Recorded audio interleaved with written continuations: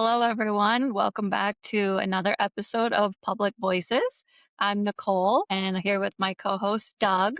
If you missed our first kickoff episode, this is a podcast that's not just any podcast. We're here to build a space for honest conversations about public sector employees and the great things that they're doing. Before we jump in, I just want to take a quick second to thank our sponsor, NEOGOV, who makes this podcast possible. Doug, are you ready to get started? Oh, let's do this. This is going to be a fun one. Perfect. Okay, so let's start off by talking about what are some things that you are seeing and hearing out in the public sector world today? Yeah. So, last time when we talked, we really talked a lot about culture and kind of the challenges that we face in organizations. And so, in terms of, I'll take it from a policing standpoint because, that's what I know. And you've got this unique mix of people that are in the policing roles now in terms of their experience, not only just life experience, but experience on the job. So you've got like a 23-year-old, 24-year-old rookie officer who just got out of college, finished military, they finished their academy, and they're out on the road. And then you've got, 25 to 30-year maybe veterans, and they're all working the same shift potentially. So they're all doing the same job. They're all working at the same time, but they have totally different perspectives. Like they see the job from an entirely different lens than the other one does. And it can be a challenge. Absolutely. And I think that's a very common problem. And typically in those scenarios, both employees involved see the other one as the problem, right? Yeah. And then they form these perceptions. It's funny because they'll kind of pigeonhole people based upon their age or their experience and say, well, you're lazy, you don't want to work. And then the other one will say, well, you just live in the past and you're an old timer and you've always done it that way. And that's just the way you are. And so in between, this friction starts between the two automatically just by assumptions that may not actually be completely accurate. So, the challenge is figuring out what's actually happening behind the scenes here. What's that look like in terms of, we'll say, what does it mean if I say to you the term generations? How do you feel about that, Nicole? I do not love the generational references. I actually find them to be quite terrible. And exactly what you just said, very limiting. Um, I'm probably alone or kind of unique in this take because I know generational differences are very popular and people rely heavily on information. I know, a lot of people even bring in like consultants and trainers to teach their employees how to get along. But at the end of the day, it's kind of a marketing scam and there is no scientific data to back it up. What have you experienced with that topic? Is that something that you've seen a lot referenced in policing? Oh, totally. Whether we're talking about millennials or Gen Z or Generation X or whatever generation we want to label people. And the problem is that they're labels. And we all know that when we label people, we're automatically assigning them to this preconceived set of biases that we may have about that particular generation. And we get that from media, we get that from social media, and we just automatically assume that those things are real when in reality it's not, because it's when we put people in that box, we're not taking into account their own existing things that they've been through, their life experiences, and everybody's different. Just because I'm 24, which I'm clearly not, and somebody else is 24, You're like we could right have about 26, right? dog years maybe, but a little older than that. But when we have two people that are the same age, it doesn't mean that they've had the same shared experiences. One may have grown up in this sort of household, maybe another in a different household, or they've had different. One's been in the military, one with the college route. One maybe has never had either, but they just have always wanted a career in some sort of public service. We have to realize and expect that people will have different expectations based upon what they've experienced, and they'll have their own biases, and we have to account for those. So when we say we're not biased on things, it's such a fallacy because we all have those innate biases. And Mhm. it's interesting how we can get past that beyond making the easy route and saying that's a generational thing. They're just a lazy generation. I think it's a lazy take, and I think it's outdated. And I think it's not doing us any good, quite frankly. Oh, I couldn't agree more. I think, you hit the nail on the head when you said it's putting people in boxes because I think if I, as a leader, see my employee as lazy or too young to understand, that's very limiting to them because I change my behavior and the opportunities that I give to them or the way I explain things to them. And so I think, hopefully from this podcast and what we talk about, I would challenge leaders to look at how they're approaching employees that are at different ages than them because truly those unconscious biases do exist. And then we truly change the way we interact with those individuals. And it really reduces things like collaboration, giving honest feedback, and then ultimately productivity and potentially the relationship that you have with that individual over time. Yeah, and I think if we pull back the layers of the onion a little further, we see that the expectations that the those that have been on the job a little longer versus the expectations of some of the newer folks that have come on board, the expectations are just different. And it can be something as simple as how we communicate with one another, how we expect that communication to come back and forth. Because you've got a generation that is really, I mean, in terms of just timeline, not about them, but just timeline, have grown with social media. They've had cell phones, they've had, and in my generation, even when I started as a cop, cell phones were not a thing. And I remember very clearly when we had cell phones, again, dating myself here, but it was a Motorola bag, like a leatherette Hmm. bag flip phone, I which remember was those. pretty fancy back in the day, right? If you had one and you stick the antenna on top of the car, but you Hmm. only had 60 minutes you could talk that month. So you'd have to make it short and sweet when you made that phone call because otherwise the plans were like stupid expensive. Now that's like the normal way of doing things. And don't make the phone call, text me. So it's Hmm. just different expectations in terms, and that's the communication part, let alone the technology piece, because we know, I think folks that are newer to the profession embrace technology a little better or a lot Hmm. better in some cases than maybe some folks that are a little more tenured. I don't know what have you found when you've kind of gone through the hiring process with HR? Yeah, no, I think that that's totally fair. I think, we have expectations, or if you place those labels on people, you believe maybe an older employee might not adapt to technology or might not be open to it. But really, we all have the capacity to learn and grow. And the 23-year-old officer that prefers to communicate through text is really good at it because he's done it a million times versus maybe someone who doesn't really love communicating through text. It's not that they don't know how, they just haven't had as much practice, right? Or it's not their preferred method. And so again, it's not people can't do things or they're incapable. It is truly that's just not their preference. And there are certain times that we can accommodate preferences, but maybe not, right? So texting, you can text in between calls and, I'm going to take my lunch break or however you want to communicate that. But you're not going to conduct a one on one with your employee via text, right? Well, let's So hope not. yeah, that would be terrible. No. Ill-advised from the Right. HR standpoint for sure. But again, yes, there are employees, who have different preferences, like I said, but at the same time, we operationally have to do certain things to get the work done, right? Yeah. If you were, as the HR director, were to text me and say, "So, let's talk about your evaluation," I'm not going to like that. I'm just going to tell you Right. up front. That's not a good thing Yeah. to do, right? Yeah. So Yeah. here's your first lesson from today's podcast: is don't do this via texting, right? So Yes, that's yes. exciting for Yeah. sure. And the funny thing is on the other end of the spectrum with some of our more experienced folks, you see as retirements start to happen and that knowledge loss with people that have been through so many things in their careers, no matter what their role happens to be within a city or a county government or whatever you happen to be working in. And there's those learned experiences over time that really can can be helpful to navigate some of the future challenges that come up. So we've got a newer group of people that are eager to learn, and then we've got some folks that are leaving that are taking some of that really important knowledge away from them, and that creates a challenge, and that I think that transition between those two and somehow working together is just super important. Yeah, I think, sometimes more tenured employees think knowledge is power, which it is, but they should use that power to mentor co their newer coworkers, right?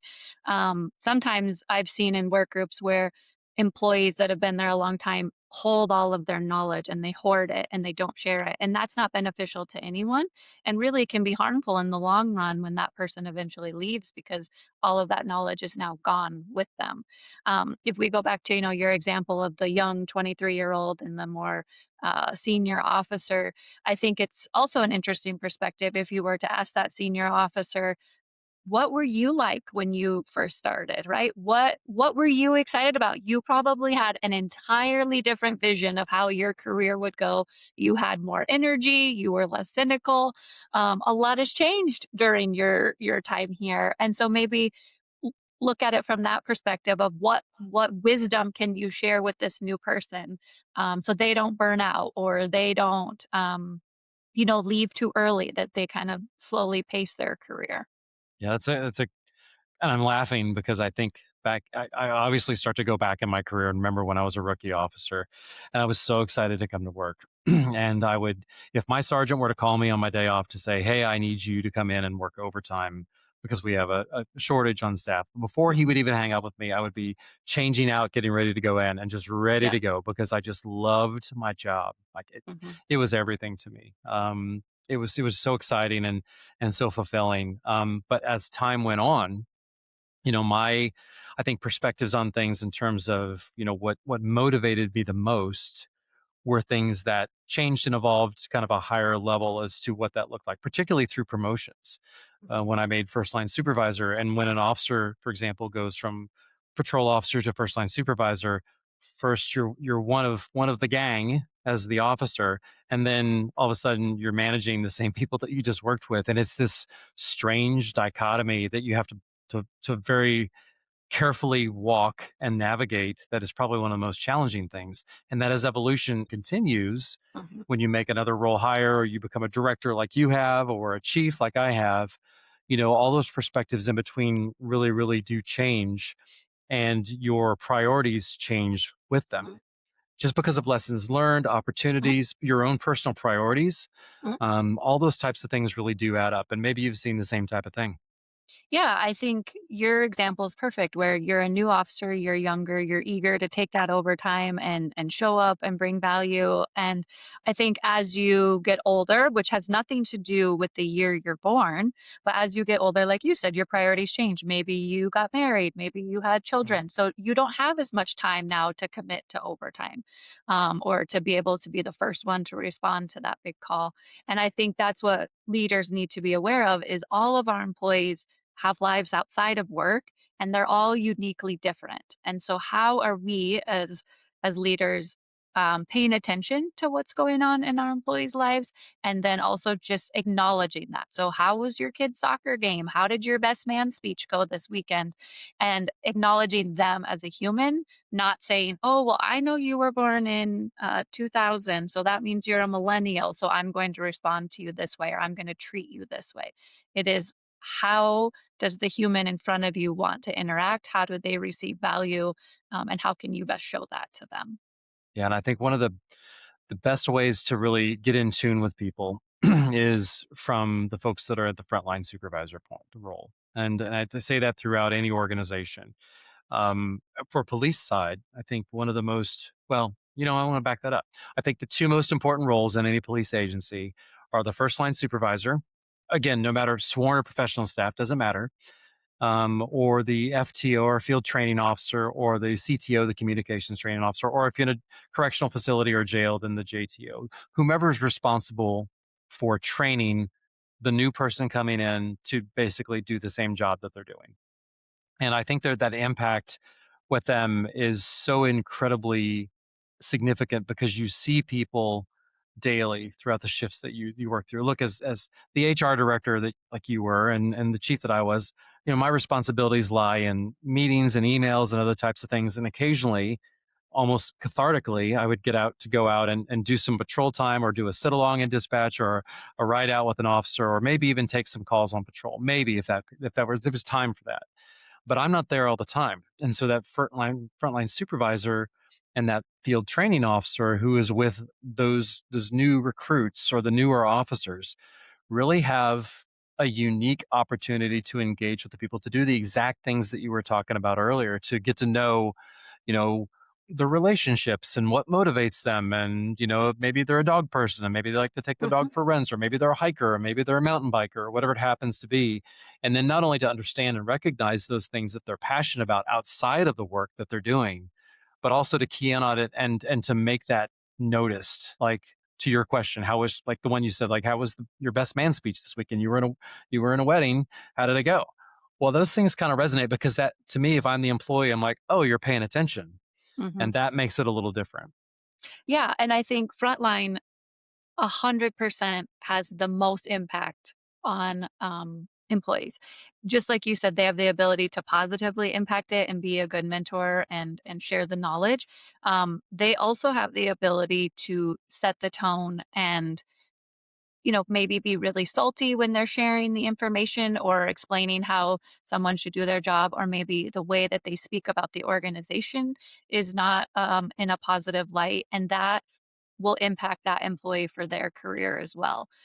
In my organization, I referred to a lot of problems that we had that never went away as legacy issues, because once there's kind of like a big change and maybe it's a change people didn't appreciate or didn't like, they talk about it for years and years and years. And they talk about it with employees that weren't even there when the change happened. But those employees somehow know all the details about that change or someone's version of that change, right?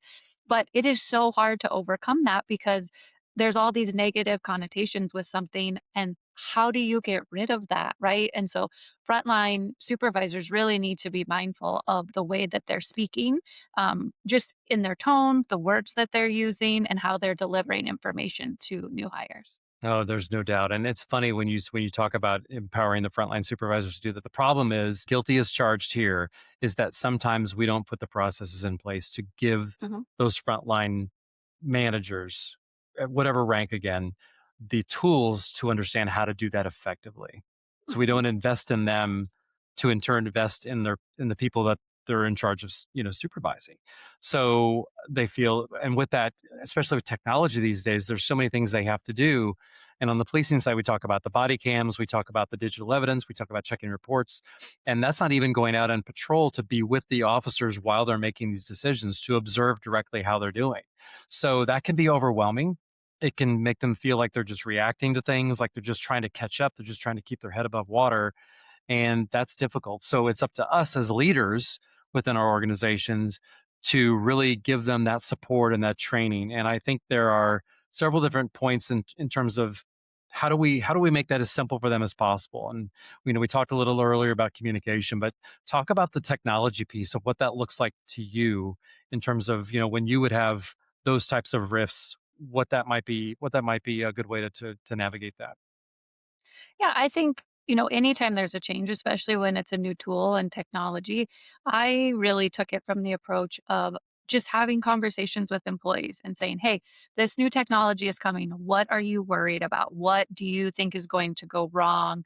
And a lot of the time, the fear was usually based in, is my job going to be replaced? Right. So maybe we got a new payroll system and we went from paper time cards to the electronic system. There was a lot of fear with admin assistants and the payroll technician that their jobs would go away. And so it was just kind of communicating in a better way that we have a tool to help you do your job to, create better data and more transparency. But your job is very important. And we're actually probably going to give you new things to do. And you have new work that's way more valuable than processing paper time cards. And so I think when you're approaching any change, specifically with technology, a lot of fear comes from that. And so I would just be clear with that and have those honest conversations up front and throughout the project, to say, how are things going? You initially had this fear. Is that still the same, or did something change? Let's talk about it and create time and space to have those conversations. Yeah, I think one thing that we do today is, and I've seen it time and time again with more experience with formal or informal leaders, is that when newer members of the agency will ask questions like, well, why do we do it that way? Or why do we have this process? Why does this exist? Case in point, let's talk about budget. So every year, it was budget time, even though budget, we all know in the public sector is, they say it's once a year, but we all know it's year round. It's just a different cycle, right? It's different phase of the moon, if you will. So if we talk about budget, you'd send these things out to say, hey, it's the new budget year. We need some new equipment. What are we going to look at? What are we going to prioritize? And sometimes people will have this expectation, well, just get all the stuff. And, we don't really explain sometimes is Mhm, it's kind of like your home budget. You can't mhm, if you've got a home budget and you say, okay, this next month, July, I'm thinking I'm going to take it off and I'm going to go. I've always wanted to go to Hawaii. I've never been to Hawaii. And I really want to do that renovation, that addition on the back of my house. And I love the new pickup truck model, the new Ford truck, or whatever it happens to be. It doesn't matter. I think I'm going to do all those things next month. We just go and do it. So that's not how we do our home budgets, or we don't.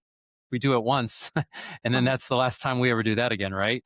But it's the same with our public sector budgets. We have to be very cautious and very thoughtful in how we spend things. But our folks on the line don't understand that particular piece. So one thing I found to be really effective is to go and talk to the different briefings and the different groups of people to say, here's kind of budget 101 and how it works. Not to bore them to tears, because a few people would roll their eyes like, why am I listening to this? But to help them better understand, look, these are the realities in which we live. So I want you to have input and tell me what you want, but we've got to triage those things in terms of order of importance. And here's the why, because 80% of my budget is personnel. And maybe on a good year, I have 20% of discretionary funding to do all the things, to keep the lights on, to get the cars, all the other stuff. But that reality of answering the why and not shying away from it is my point, mhm, is hit the why. And mhm, once people found out about that, there were like aha moments of, oh, I didn't know that. That makes sense. Okay, that's cool. We can mhm. do it that way. But when we engage them in the conversation and explain the why, I think it's super helpful. Yeah, and I think everyone wants to hear the why, right? It doesn't matter about what generation you're in. Everyone wants to feel like they're informed and they understand what's going on. And so as leaders, I think that's a great example of you don't need to get down to the nitty-gritty of every line item in your budget, but here's the overarching projects or things we're focusing on. I think another thing that leaders could be better at as well as is sharing that the budgets are usually like 5 to 10-year plans sometimes. And so, like in my agency, it was always police and fire get everything. They get new cars and new trucks and new stations. Um, but those chiefs had long-term plans that they had prepared the CFO and the city manager for to say, in 2 years, I'm gonna ask for this. In 2 more years, I'm gonna ask for this. And so, again, explaining that they didn't just go in the day before the budget got approved and say, "I need $5 million in trucks." That was a long-term plan, and we don't always do a good job of explaining that our leaders do have long-term plans, and it's much bigger than the one-year budget cycle. Yeah, and there's a lot of risk associated with that. Everything we're talking about here has this risk, that undertone, and we talk about losing, when we lose people, whether they retire or whether through attrition, or they get tired of being in the public sector and they do something different. And we saw some of that, right, after, especially after 2020, the whole Great Resignation thing that took place, all those types of issues where people are like, man, I'm out. I'm going to do something different, maybe something that fulfills me more. And we saw it in the public sector side too. So there's that, when you lose that knowledge and the people that have been there for a while, and that can be challenging. And then the trick, of course, is when you try and get new talent in, what's that look like? And how difficult is that, particularly with a younger workforce? And how do you keep them engaged? I mean, you've got a lot of expertise in this field. So I mean, your experiences, where's that sat with you? Yeah, I think it's interesting because typically when we think of new hires, we think young, right? But I think COVID was a great example that a lot of people reevaluated their careers and their priorities and where they wanted to spend their time. And so, new hire doesn't necessarily mean young, right? We're new to NEOGOV, but we're not necessarily really young. And so, I think, again, just addressing um, just addressing what does the work group need and who's the best fit for that, and then how can we help them succeed, and doing it more on a case by case basis. Because even though we as a government usually have strategic plans, and again, like the 5 to 10 year plan, that doesn't mean that always falls into place perfectly, right? We have to be able to pivot and adapt. And no one saw COVID coming, no one saw the great resignation coming, but we all were able to adjust and figure out how to maintain operations. And so I think part of being a leader also is being able to be flexible, being able to be open minded and problem solve and have conversations and say, all right, our employees can't come to work now. They can't be safe at work. How are we going to make sure that we're still providing services to the community, but keeping our staff safe? And so There's lots of things that leaders need. And I think leadership is so hard because you have to juggle all of those things and do your normal job, right? And so I know I said in the last episode, I don't like to prove a point, but I'm just going to come back to all of those things that we're talking about today have nothing to do with the year that you were born. Yep. I think you've proven the point. So Okay, well good. done. I'm Yeah, glad. no. I'm so proud. We can get past that. So quote one, check. We've lived that mission. So and it's it's this strange thing. So you're losing experience in organizations, and then you're Mhm, also disengaging or disenfranchising people as some of the newer to the agency folks if you don't react the right way. And when I think about leadership particularly and different than management. I mean, again, two totally different concepts in my opinion. absolutely. It's just a completely different type of thing. So when we talk about that, consistency really is the hallmark, but we have to be very flexible. And there's a book called Unreasonable Hospitality by Will Guidara, who and for those of you that have not read it, no matter what your role is, even if you're in policing, you're like, that's not a policing book. Well, you know what? You're right. It's not a policing book, but it has everything to do about policing. It has everything to do about customer service. And Will's a restaurateur from New York City that had the highest rated restaurant in 11 Madison Park in New York City back in like 2018. But he talks about those special things that we do and how we provide service to people to make them feel unique and recognized during those moments. And I think that really resonates in public service, particularly in the public sector, because I think there's an approach called one size fits one, and instead of one size fits all.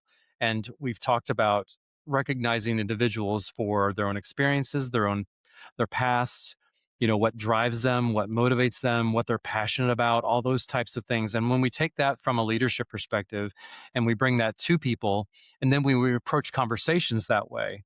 I mean, imagine having an annual evaluation with someone and you go through your standardized paper form and you got this rank here, you got this rank here. No, you got any questions? No, it's the annual evaluation. Nobody really cares about these. Ha ha ha. You joke about it because we all know that never happens, right?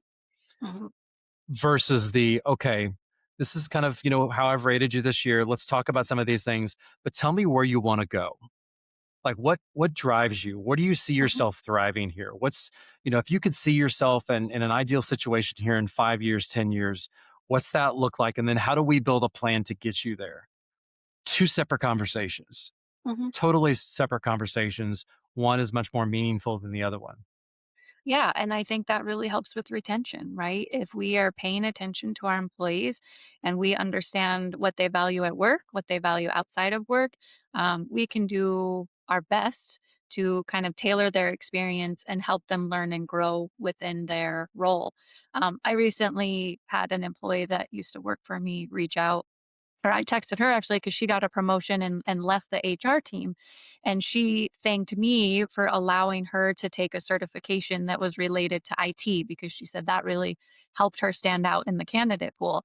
And I said, "Well, actually, I didn't do anything, right? We had a conversation about how do you want to learn and grow. She was very interested in that world. And we had a conversation about how can we take HR work or HR responsibilities and tie it into IT. And we found a certification and she did the work. She earned the certification and then she applied it in HR and it eventually helped her years later. So it's funny, she was trying to give me kudos because she's the one that did all the work and earned it. But we just had a conversation and me as her leader said, what do you value? How can I help you? How can I support you? And I think those conversations are key when you talk about having employees that show up happy and enjoying their work and people that want to stay in the organization. Yeah. I know we've got a few minutes left, so I want to kind of quiz you real quick on something. And I want Okay. to yeah, I know. Here you're ready. This Pop is going to be a quiz. big one. Yep, pop quiz, Yeah. right? You weren't expecting this, but here we go.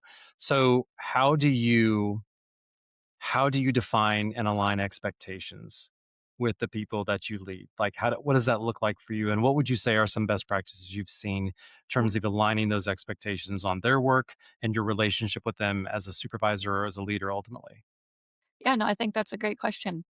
So I would say two big factors are what are the organizational goals and what are our department goals? And then how can individual employees work on things they're most passionate about that align with that, right? So I think goals can be overwhelming. And if we're all working on 10 different goals that don't have a similar outcome or don't work together, that's too much. But if we're all working on similar things that align at the end, that's much more manageable. And again, it has that buy-in of we're part of something bigger and we're all contributing to this bigger thematic goal. So I like to make sure that everything lines up. Um, and sometimes it doesn't, but you can get creative. And again, you know, saying with that employee, IT and HR, those are very different, but there is an overlap. And how can we make that work? And how can I, as a leader, um, help her grow, but also get more productivity or more efficient data or better reports, right? And so I think you might have to think about it, but you can truly make a lot of your work align with the bigger picture. Yeah, I think if we have a takeaway from this, it's adaptation is key, no matter what the role, Absolutely. and being respective and responsive to the people that you work with is absolutely essential. So, great way to close it out. And so, that's it for this one. We've got so much more coming your way in future episodes, and we really want to thank you for joining Public Voices. Once again, thanks to our sponsor, NEOGOV, which is the leading HR provider for the public sector, for supporting these conversations as we continue to grow and do what we do. We're thrilled that you're joining us. So be sure to follow us and stream. You've got links in the comments, all kinds of stuff. We want you to send in questions. We want you to send in ideas. We're excited about what the future looks like with you. And if you have something, some particular takeaway that you got from this, let us know. We'd love to hear from you and follow us along with us as we continue this journey together. So until next time, next week, we'll see you soon.